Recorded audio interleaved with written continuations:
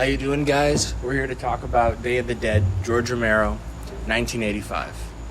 And what are your thoughts? Okay, so let's start with the beginning of the film. I think that the first scene of her being in that empty room with just the calendar is important because the movie just kind of shows off how hopeless everything is, and that's something that George Romero incorporates in a lot of his films, is hopelessness. Right. And her being in that shows the state of her mentality, because she has various of her psyche, really. Like, of her psyche, you can tell she is right. like suffering. Of her psyche, and that happens a couple times during the film where she kind of goes in and out of these dreams.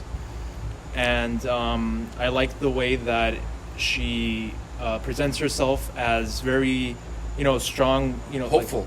Like, in many ways, she's like the beacon of hope that whole thing, because if you really look at what's going on there, it's just a madhouse. Everyone is losing themselves to madness in their there are a lot of extremes, I think, and she's kind of like in the middle. I don't want to jump ahead though. I do want to talk about. We don't have to break it down like scene by scene. But I think the first scene is important.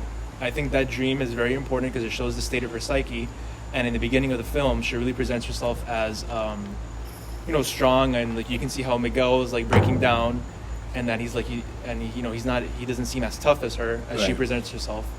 And I really like how they set up their relationship in the film. It's not a big deal. Like, in terms of the actual presentation of it, it's not shown as like this massive dramatic thing. It's really just sort of almost organically just falls apart as Miguel is sort of falling at the seams. I think that she uses Miguel to the movie already starts with them in this relationship, so I think that she uses Miguel to kind of comfort, take care of her needs because they've been in the bunker for a while. Of course, yeah. And she's strong-willed, and Miguel is breaking down, and after the dream they go into the helicopter and they see the state of society.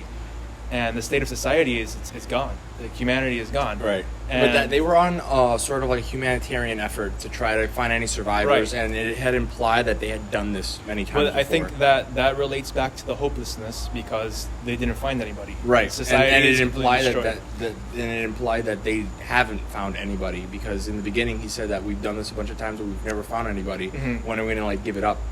And that's when we kind of start to see it introduces Miguel. Do you remember the name of the engineer guy, the electrician? I don't remember his name. I know the pilot's name is John. Sarah, I believe the lieutenant is Rhodes. Is Steele, Logan, and I don't know. I think the other scientist's name is Ted. Yeah, but he's not really that important. We'll talk about that later. But so going back to this first scene, it sets up. Not the dream, the actual of them seeing the state of society sets up their hopelessness inside that bunker, because society is completely gone.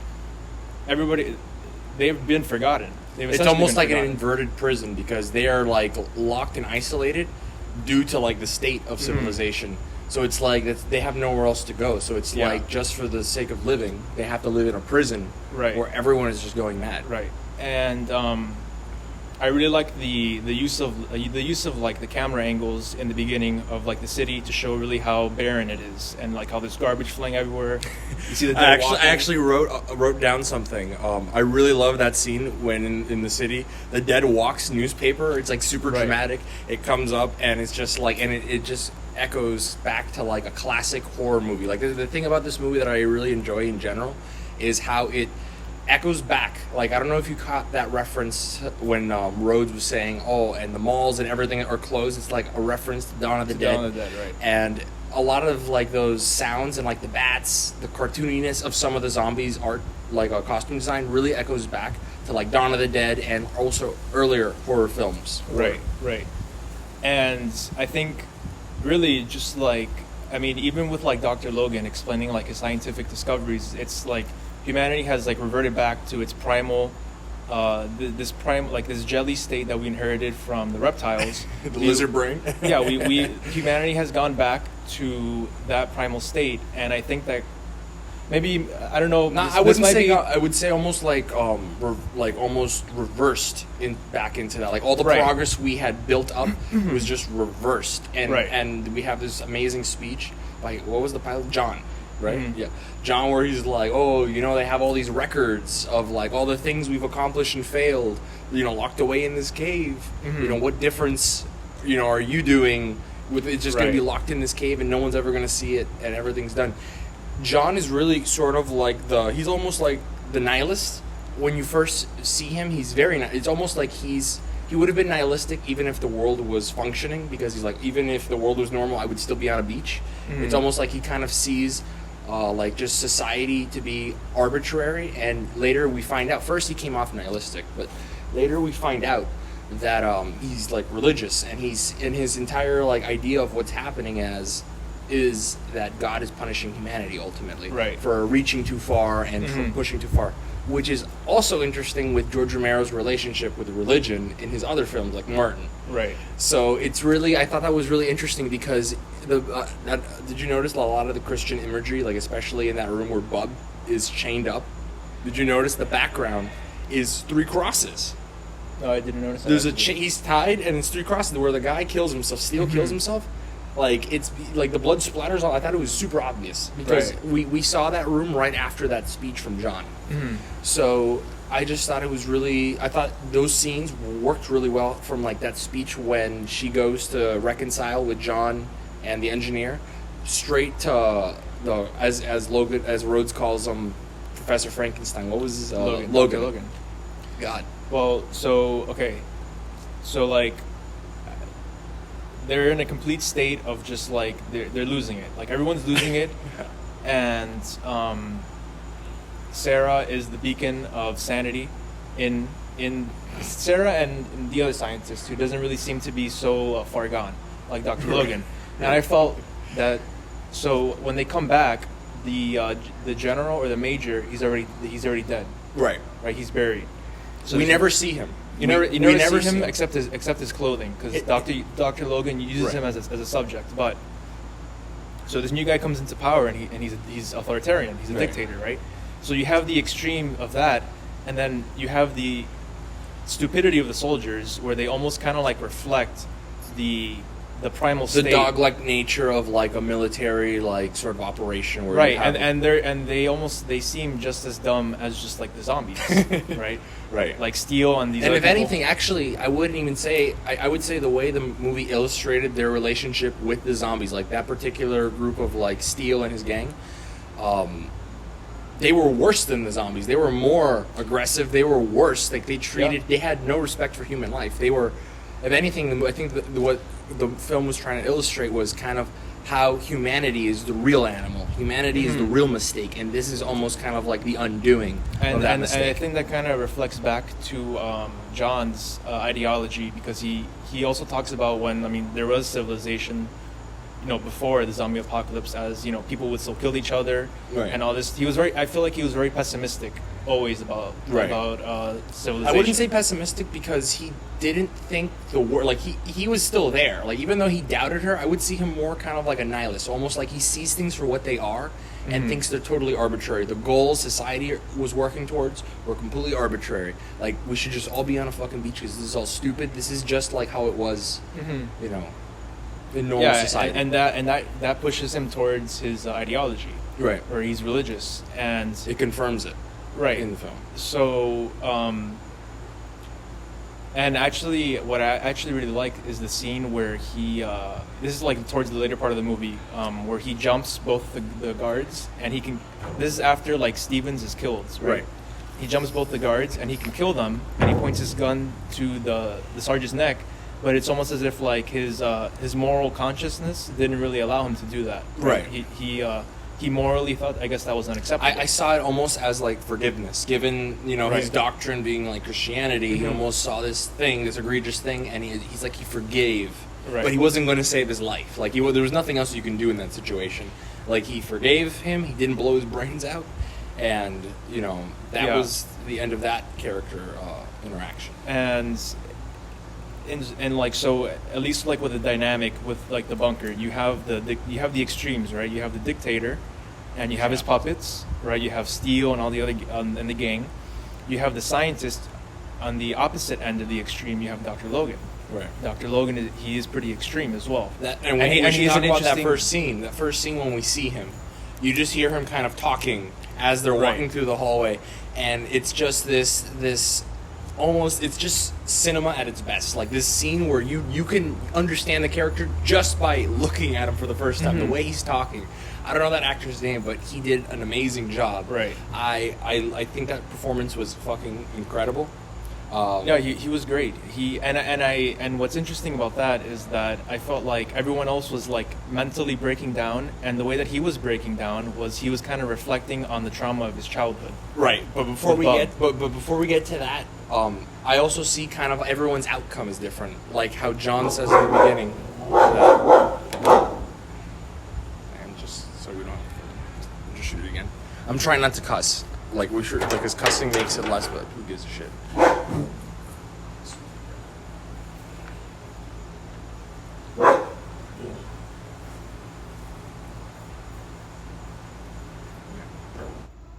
Okay, so So, but as I was saying, everyone's goals are different. You have John, the pilot. All he wants to do is just live the rest of his life on an island. You have Sarah. She's pursuing a way to kind of undo this, right? Reverse it. She's like, as the professor said, the professor Logan is trying to cope with it. He's trying to. This is just how it's going to be.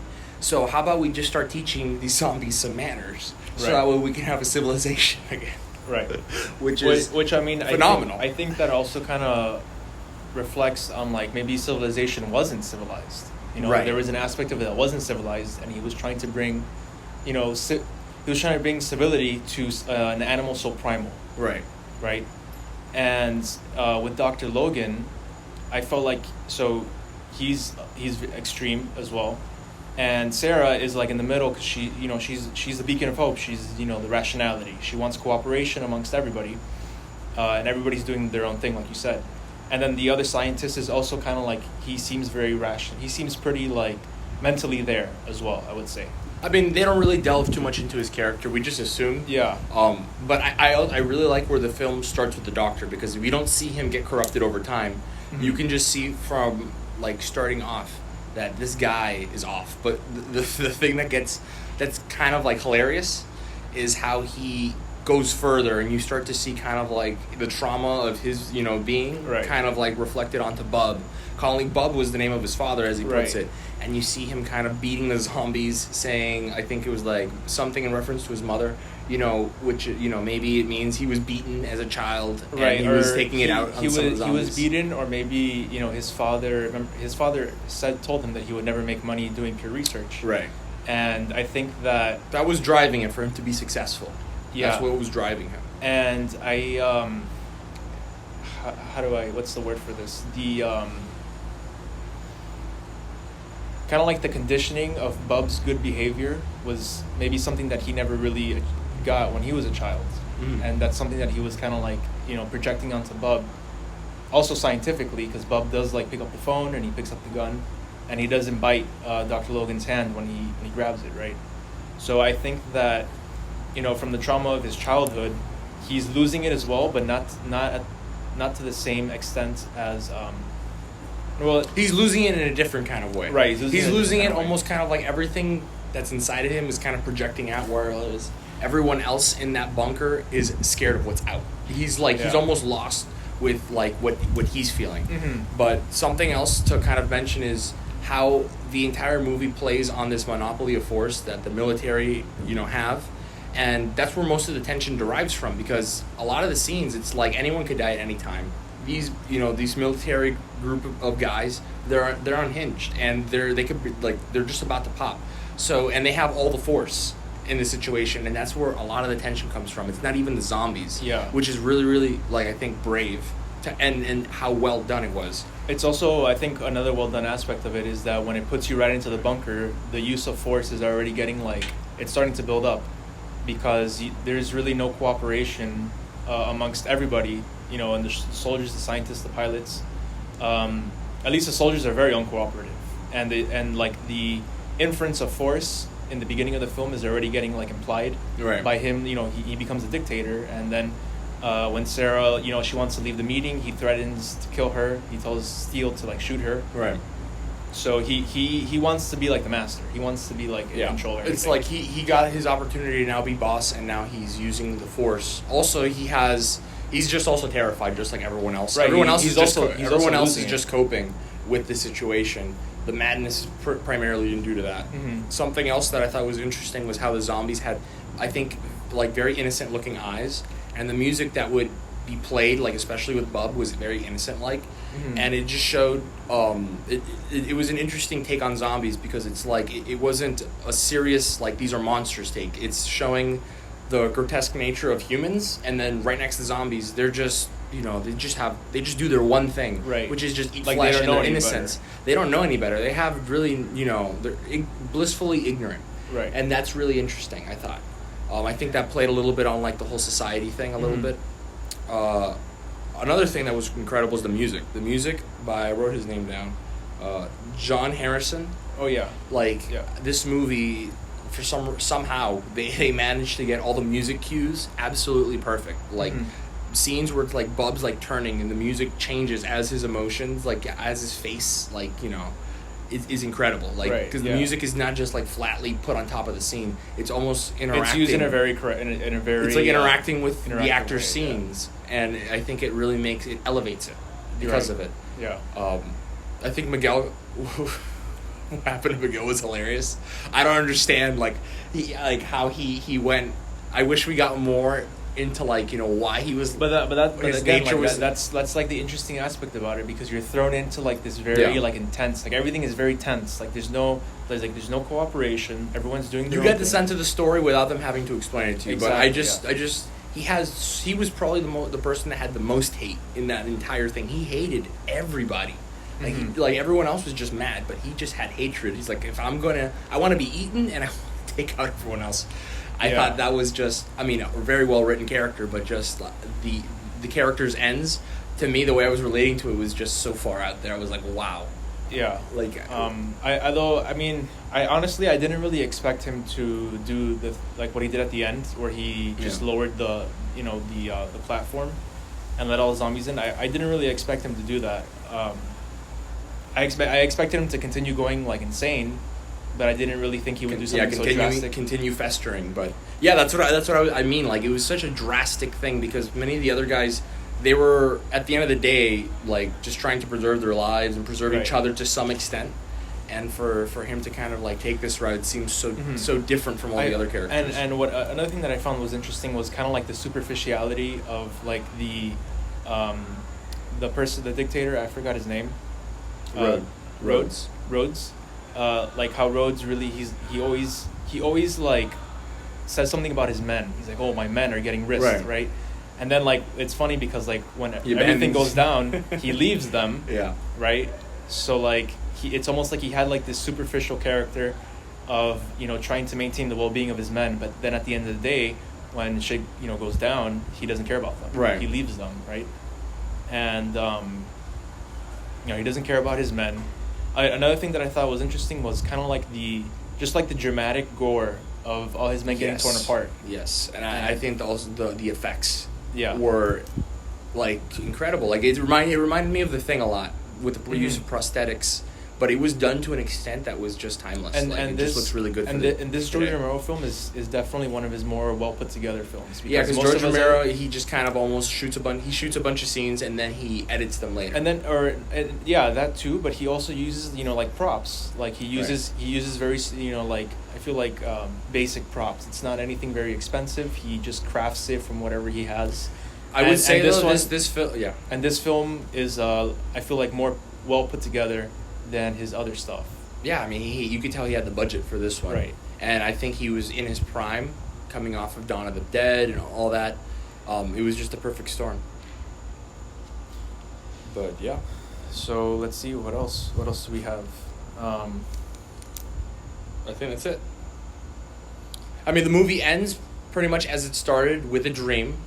Like, there's a scene where they're getting in the helicopter, Mhm. and it ends with the calendar just the same way it started. And it was... And also with the dream, like you said. with the days, it was consecutive, so it gave you a sense of time of how long the Right. events took place. Uh-huh. And it ended with that. It's just cinematic poetry. I mean, it was pretty quick because I think like from the beginning calendar, it might have been like October 20 something, and then they were on the island November 4th. Right. So it was like, just a couple days, and everything just went. It was about a week. Yeah. In the story, in the movie's timeline, it was like a week of just madness. Everything went down in a week. Yeah. I really like how Bub, Land of the Dead took it to the next step with zombies carrying guns. But I liked how it was used here. It wasn't overdone. I think it gets a little bit more developed here in terms of his relationship with Dr. Logan, and there's also the scientific aspect to that. Dr. Logan is conditioning him, right? And something like scientific is being like analyzed here, and it's something. I mean, you can question what his scientific work will be used for, because I mean, if he just conditions Bub, how is that gonna really help them in the future? Well, he was mad. And yeah, even though the story tried to sympathize with some of his things that he collected, and that really just showed like the humanity of Bub, even though he was a zombie. Right. Even though it was a misguided thing, the movie at many times seems very sympathetic to, hey, like maybe he's onto something. Yeah, right. and I thought that was But then cool. at the same time, he also feeds his Bub the dead soldiers. The dead soldiers behind the whole military's back. Yeah. Which is that just adds tension because of like the whole monopoly of power. Like, oh my God, when they find out about this, like they're toast. And of course they blow the brains, or as I should say, the guts out of the professor. Like, he just completely destroys him. And then Bub sees him, and Bub like doesn't recognize that he's dead at first, and then when he realizes, oh, he's dead, and he tries to kill the other military guys, like Steel. He shoots at Steel a couple times. Right. That scene where Steel shoots himself in the head with the Christian imagery is really hardcore. That's a really hardcore scene. Mm-hmm. And that glory scene after all the events happen, where the zombies are just walking around, and it's like it's showing you this zombie hell. It's just a glorious scene. Like that whole sequence is glorious. I didn't notice that Christian imagery there. Honestly, I didn't really notice. I thought it was super obvious because I like that scene where it just shows the zombies kind of just walking around, being dead, and just kind of it was a hell, because you see the setting where the whole movie took place, and everything is just gone to hell, and literally, it's as John would have put it. I think another. It was very creepy. Yeah, and zombies are very saturated, concept, but it's like this movie. I could watch it 100 times. It still is very creepy. Yeah, it is very rewatchable because you always it's just have like the tense. It's tense, creepy, and I love the way Rhodes dies with that comedy shot where he opens the door and it's like a comedy reaction shot. This is just a movie for movie lovers because it doesn't adhere to any one thing. Like, there are scenes that are like the cinematography is excellent. Other scenes are almost kind of like just characters, and then you just throw in something like that. It's like I'm pretty sure most audiences didn't know what to think. Like, it's a hilarious scene, and it's like they're all getting massacred. The way that the zombies are dressed up. I mean, you have like clowns there. You have like people dressed up in football gear, which all goes back to they retain some of their memory, and it's also like at the time when they died. And I think that's what makes these zombies creepy, is that they still retain a little bit of who they were. It showed like what once was. Yeah. I actually, another thing that I wanted to say was, when you first meet Dr. Logan, he's covered in blood, and he lost his sense of like humanity, which gets like, I feel like Bub was kind of like him, like transferring like anything he had left and trying to like condition him. And my favorite scene, or like what I thought was cool, was when he lifted up the blanket and it was just the brain there. Right. And then Sarah of the corporal, the one that was higher in command. Right. And Sarah is just there like in shock, and it's kind of like he can't even relate anymore. Right. And he's lost he's disassociated with just normal social like norms. Yeah, and Sarah, she really gets, frightened by that, because she kind of sees like the reality of what's happening. And like the grotesqueness of it. Right. And I mean, that scene when that zombie gets out of the bed with the guts falling out, it happens again when Miguel, when she's in her room with Miguel, right before the breakup scene, right, and she sees Miguel's guts fall out. Yeah, and that breakup scene was awesome too, because it was I think as natural as it could have been in that situation. Mm-hmm. It didn't feel overly produced. It was just like a natural reaction. Which is interesting because you don't really know much about their relationship, and it doesn't feel like superficial. You can tell like there was something to it. there was- Almost like the military came. There were scientists. They met up. Maybe he had a personality. When we meet him, he basically has no personality. He's just this animalistic sort of like hatred that he has. right. He's completely broken down, and when like the breakup scene, it doesn't feel like they had a superficial relationship. It feel like they had something, and shit went down the drain, and she had the dream, which should the impact of seeing like the guts fall from that zombie in Dr. Logan's lab. She dreams of that with Miguel, and Yep. they break up, and then she goes to the pilots, and I feel like she kind of gets like her motive questioned by the pilot, because the pilot, like you said, he's nihilistic, and he would rather just leave and go to a beach and just be there for the rest of his life, relaxing, and she's like searching for an answer to try to reverse back or help what's going on. And what I thought was cool was John like kind of just talking about like humanity always trying to figure out like getting the knowledge of trying to understand the mechanisms of everything in society, and maybe there's really nothing to understand anymore. Right. Now it's or there's no reason to pursue understanding. Right. When nothing means anything. Exactly. That's why I thought he was so nihilistic.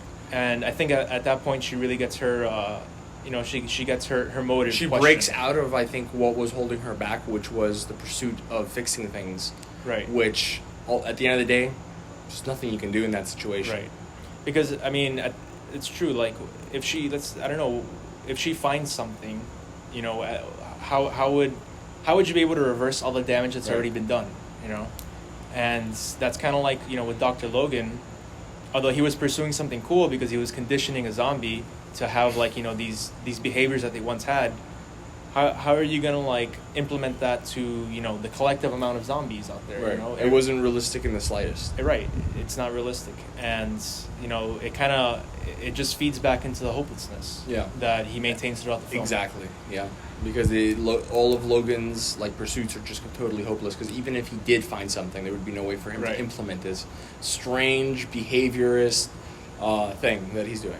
Because you don't really see the research that Sarah and the other scientists. You see doing. some of it. She's circling like the X-rays and stuff. Right, but you don't really get like the same like information that you do from Dr. Logan's research, where you see what he's actually doing. Right. Like you just see kind of Sarah just kind of like circling something, and then they go to Dr. Logan's lab to see what he's up to. Right. And I think that kind of shows like maybe scientific research wasn't really going to solve anything.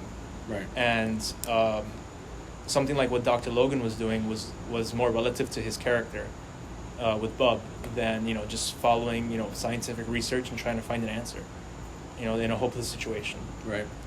Well, I think that's all there is to really say at this point. Yeah. Would you recommend the movie? Oh, of course. Who would you recommend it to? Anybody who's looking for a good artistic,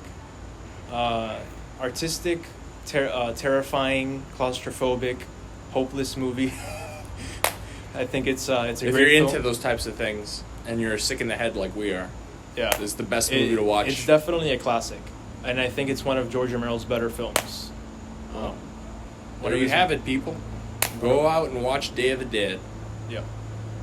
See you later. So, see ya.